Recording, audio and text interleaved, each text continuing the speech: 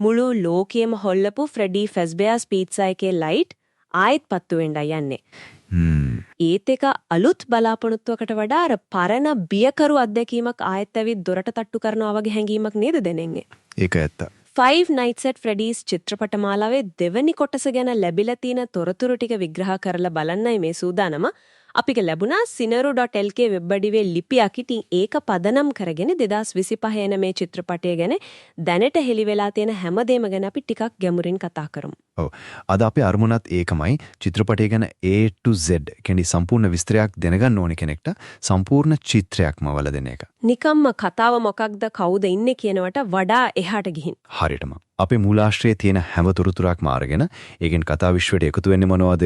රසිකින්ට වැදගත් ඉංගි මොනවද? පළවෙනි එකට වඩා මේක වෙනස් වෙන්නේ කොහොමද? ඔය වගේ දේවල් ගැන තමයි අපි බලන්නේ. නියමයි. එහෙනම් අපි මුලින්ම පටන් ගමු කතාවෙන්. පළවෙනි චිත්‍රපටයේ ඉවර වුණේ අර විලියම් ඇෆ්ටන් ස්ප්‍රින්ග් ට්‍රැප් ඇඳුම ඇතුලේ හිර වෙලා ගොඩනැගිල්ල කඩාගෙන වැටෙන තැනින්නේ. ඔව්. සාමාන්‍යයෙන් එතනින් කතාවක් ඉවර වෙන්න පුළුවන්. ඒත් මූලාශ්‍රය කියනවා කතාව කෙලින්ම එතනින් පස්සේ පටන් ගන්නවා කියලා.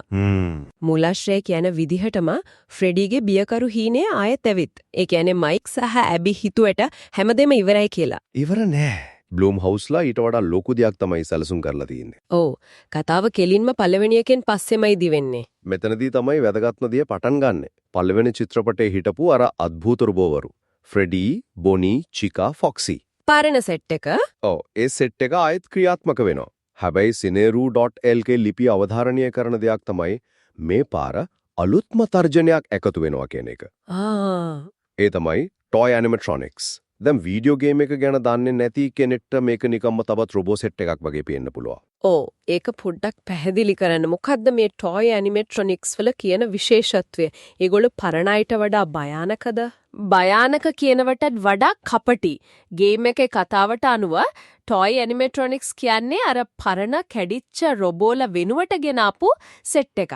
අලුත් version එක වගේ. ඔව්. ළමයින්ට වඩාත් මිත්‍රශීලී හුරුබුහුටි පෙනුමක් තියෙන රෝස පාට කම්මුල් ලොකු වෙස් එක ප්ලාස්ටික් වලින් හදපු දිලිසන සෙල්ලම් බඩු වගේ. නමුත් අර හුරුබුහුටි පෙනුම පිටිපස්සේ ඊටත් වඩා දරුණු අඳුර රහසක් තිබුණා. ඉතින් මට හිතෙන්නේ චිත්‍රපටයේදීත් ඒ රැවටිලිකාරී පෙනුමයි ඒ පිටිපස්සේ තියෙන භීෂණයයි අතර පරස්පරය පෙන්වයි.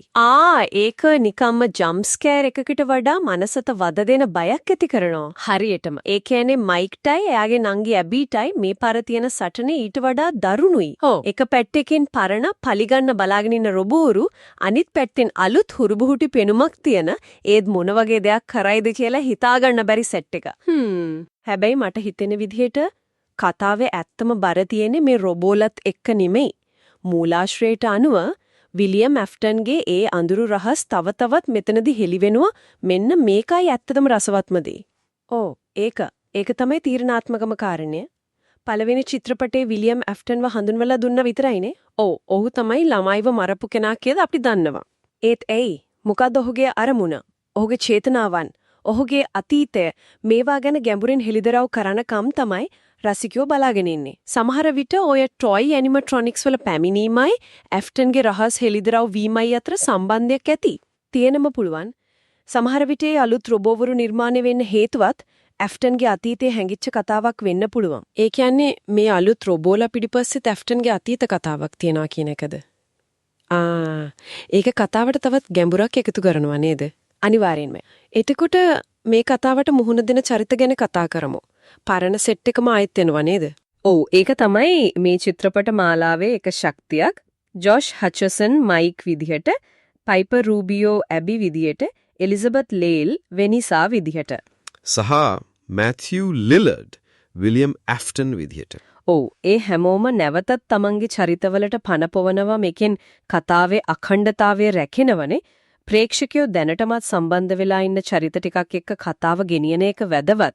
විශේෂයෙන්ම මයික් සහ ඇබි අතර තියෙන අර සහෝදර බැඳීම ඒක පළවෙනි චිත්‍රපටයේ හදවත වුණානේ. ඒක ඇත්ත. ඒක ආයෙත් දකින්න ලැබීම සතුටක්. මේ බැඳීම නිසා තමයි චිත්‍රපටයේ නිකම්ම හොර එකක් නොවි භාවනාත්මක කතාවක් වුණේ. ඒත් මූලාශ්‍රයේ තියෙනවා අලුත් නළුනිලි පිරිසකුත් එකතු වෙනවා කියලා. ඒ අය කතාවට කොහොම බලපෑමක් කරයිද? මෙන්න මෙතන තමයි කතාවේ නියම ගැඹුර තියෙන්නේ. sineru.lk ලිපියේ ෆ්‍රෙඩි කාටර් වේන් නයිට්, මෙකෙන්නා ග්‍රේස් වගේ නම් සඳහන් වෙන නමුත් ඒ හැමෝටම වඩා වැදගත් නමක් තියෙනවා. ඒ මොකද්ද? ඕඩ්‍රි ලින් මාරි ශාලට් එමිලිගේ චරිතයට. ශාලට් එමිලි. ගේම් එකේ රසිකීන්ට නම් මේ නම ඇහුන ගමන්ම ලොකු දෙයක් හිතට එනවා ඇති. අනිවාර්යයෙන්ම. ඒත් ගේම් එක ගැන නොදන්න කෙනෙක්ට කවුද මේ ශාලට් එමිලි? ඇයි ඒ චරිතය ඔච්චරටම වැදගත් වෙන්නේ? ශාලට් එමිලි එහෙමත් නැත්නම් චාලි කියන්නේ FNAF කතා විශ්වයේ ආරම්භයටම සම්බන්ධ චරිතයක්. ආරම්භයටම. ඔව්. ගේම් එකේ සහ පොත්වල යන කතාවලට අනුව ඇය තමයි විලියම් ඇෆ්ටන්ගේ පළමු ගොදුර. පළවෙනිම ගොදුර. ඒ වගේම ඇය ෆ්‍රෙඩි ෆැස්බියස් ෆීඩ්සා එක නිර්මාණය කරපු අනිත් නිර්මාණකරුවා හෙන්රි එමිලි. එයාගේ දුව. හයි. ඇගේ ආත්මය තමයි පස්සේ කාලෙක The Puppet කියන ඇනිමේට්‍රොනික් චරිතය ඇතුළට ගිහින් ඇෆ්ටන් මරපු අනිත් ළමයින්ගේ ආත්මවලට අර ඇනිමේට්‍රොනික්ස් ඇතුලේ ජීවත් වෙන්න උදව් කරන්නේ. හරි. දැන් තමයි සම්පූර්ණ චිත්‍රය පේන්නේ. ඒ කියන්නේ ශාලට් එමිලිගේ පැමිණීම කියන්නේ නිකම්ම අලුත් චරිතයක් එකතු කරනවා වගේ දෙයක් නෙවෙයි. කොහෙත්ම නැහැ. මේකෙන් නිෂ්පාදකයෝ ප්‍රේක්ෂකයන්ට දෙන සංඥාව තමයි අපි දැන් ගේම් එකේ මතු පිටියේ යන එක නවත්තලා කතාවේ හදවතටම. ඒ කියන්නේ මුළු ශාපේම ආරම්භයට අත ගහන්නයි යන්නේ කියන එක. හරියටම මේක කතා විශ්වයේ අත්තිවාරමටම එහෙමත් නැත්නම් මූලික පදනමටම අත තැබීමක්. පළවෙනි චිත්‍රපටයේ මයික්ගේ පවුලේ ඛේදවාචකය ගැන කතා කළා. ඒත් දෙවෙනි චිත්‍රපටය චාලිව හඳුන්වා දීමත් එක්ක මුළු ෆ්‍රෙඩිස් ආයතනය පුරාම පැතිරුණු ඛේදවාචකයේ මූලාරම්භය ගැන කතා කරන්න පටන් ගන්නවා. ඉතින් මේ පරණ සහ අලුත් නළු නිලි පිරිස එකට එකතු කරලා ටොයි ඇනිමේට්‍රොනික්ස් වගේ අලුත් තර්ජන හඳුන්වලා දීලා කතාවේ මූලාරම්භය දක්වා යන මේ වගකීම. ඒක බාරගන්නේ කවුද? අපි අධ්‍යක්ෂක මණ්ඩල දිහාට හැරුණොත් sinulu.lk ලිපියේ නම් 3ක් සඳහන් වෙනවා නේද? එමා ටමි, මාක් රේනර් සහ වුඩ්රෝ ට්‍රැවර්ස්. ඔව්. මෙතනදී වැදගත්ම දේ තමයි පළමු චිත්‍රපටය අධ්‍යක්ෂණය කරපු එමා ටමි නැවතත් මේ ව්‍යාපෘතියට සම්බන්ධ වෙන එක. ඒක හොඳ දෙයක්. අනිවාර්යෙන්ම පළවෙනි චිත්‍රපටයේ තිබුණු අර 80 දශකයේ సౌందර්යය ඒ නිධාන වශයෙන් ගොඩනැගෙන බිය ඒ වගේම චරිතවල භාවනාත්මක පැත්තට දුණු අවධානය ප්‍රේක්ෂකයෝ ඒකට ගොඩක් කැමති වුණා. ඒක ඇත්ත. ඉතින් ඇයි නැවතත් අධ්‍යක්ෂණය කරනවා කියන්නේ ඒ දෘශ්‍ය ශෛලිය සහ බියකරු ස්වභාවය මේකෙත් බලාපොරොත්තු වෙන්න පුළුවන් කියන එක. ඒත් එතන පොඩි අභියෝගයක්ත් තියෙනවා නේද? පළවෙනි චිත්‍රපටයේ සාපේක්ෂව සරල කතාවක්. එක තැනක් චරිත කීපයක්. ඔව්. ඒත් මේ දෙවනි එකේ ටොයි ඇනිමේට්‍රොනික්ස් ඉන්නවා, ශාලට් එමිලි ඉන්නවා, ඇෆ්ටන්ගේ අතීත කතාව තියෙනවා. මේ හැමදේම මූලාශ්‍රයේ සඳහන් වෙන විනාඩි 104ක දාවන කාලය ඇතුලේ කොහොමද සමබර කරගන්නේ? ඒක තමයි යයි නිෂ්පාදන කණ්ඩායමයි මුහුණ දෙන ලොකුම අභියෝගය. එක චිත්‍රපටයක් ඇතුලේ ටොයි ඇනිමේට්‍රොනික්ස්, ශාලට් එමිලි, ඇෆ්ටන්ගේ අතීතය වගේ ලොකු සංකල්ප කිහිපයක්ම හඳුන්වලා දෙනකොට ඒ එකක්වත් හරියට ගැඹුරට යන්න බැරි වෙලා මතු පිටින් විතරක් කතා කරලා නතර වීමේ අවදානමක් තියෙනවා. ඔව්. ඒක වෙන්න පුළුවන්. නමුත් ඕනේක සාර්ථකව කළොත් මේක පළවෙනි චිත්‍රපටයත් අභිභවා යන කතා විශ්වය ගැන ගොඩක් දේවල් හෙළි කරන නිර්මාණයක් වෙන්නේ ඉඩ තියෙනවා. අන්න ඒකයි. sinulu.lk ලිපියේ කියන විදිහටම ලයිට් නිවලා හෙඩ්ෆෝන් දෙකක් දාගෙනම මේ බියකරු අත්දැකීම බිඳගන්න සූදානම් වෙන්නේ ඒ නිසා තමයි. අනිවාර්යයෙන්ම. ඉතින් මේ සියලු තොරතුරු එකට ගලපලා බැලුවම අපිට තේරුම් ගන්න පුළුවන් මොකද්ද Five Nights at Freddy's 2 කියන්නේ පළවෙනි චිත්‍රපටයේ සාර්ථකත්වයේ මතම යපෙන එකක් නෙමෙයි. නෑ, ඒකෙම තවත් කොපියක් නෙමෙයි. ඔව්. එයාලට තිබුණු ලේසිම දේ තමයි පළවෙනි චිත්‍රපටයේ ෆෝමියුලා එකකම ආයෙත් පාවිච්චි කරන එක. ඒත් ඒ වෙනුවට අලුත් ඇනිමේට්‍රොනික්ස් කතාවේ මුලටම යන අලුත් චරිත එකතු කරලා සහ ප්‍රධාන දුෂ්ටයාගේ කතාව තවත් ගැඹුරට ගෙනියනවා. ඔව්. කතා විශ්වය පුළුල් කරන්න එයාලා උත්සාහ කරන්නේ. ඔව්, ඒක ඇත්ත. හැබැයි එතනම තමයි අභියෝගයක් තියෙන්නේ. මූලාශ්‍රයේ තොරතුරු අනුව පියන්නේ චිත්‍රපටය වීඩියෝ ගේම් එකේ රසිකයෝ සහ චිත්‍රපටයේ විතරක් බලපු ප්‍රේක්ෂකයෝ කියන දෙගොල්ලන්ම තෘප්තිමත් කරන්න උත්සාහ කරන බව. ඒක කොහොමද කරන්නේ? මෙහෙමයි ටොයි ඇනිමේට්‍රොනික්ස් වගේ දේවල් ගේම් එකේ රසිකයින්ව ආකර්ෂණය කරගන්නවා. ඒ අතරේ විලියම් ඇෆ්ටන්ගේ රහස් හෙලිකරන එක වගේ කතාන්දර කොටස් සාමාන්‍ය සිනමා ලෝලියින්ටත් කතාවට සම්බන්ධ වෙන්න අවස්ථාව දෙනවා. දෙගොල්ලම අල්ල ගන්න බලනවා. හරියටම.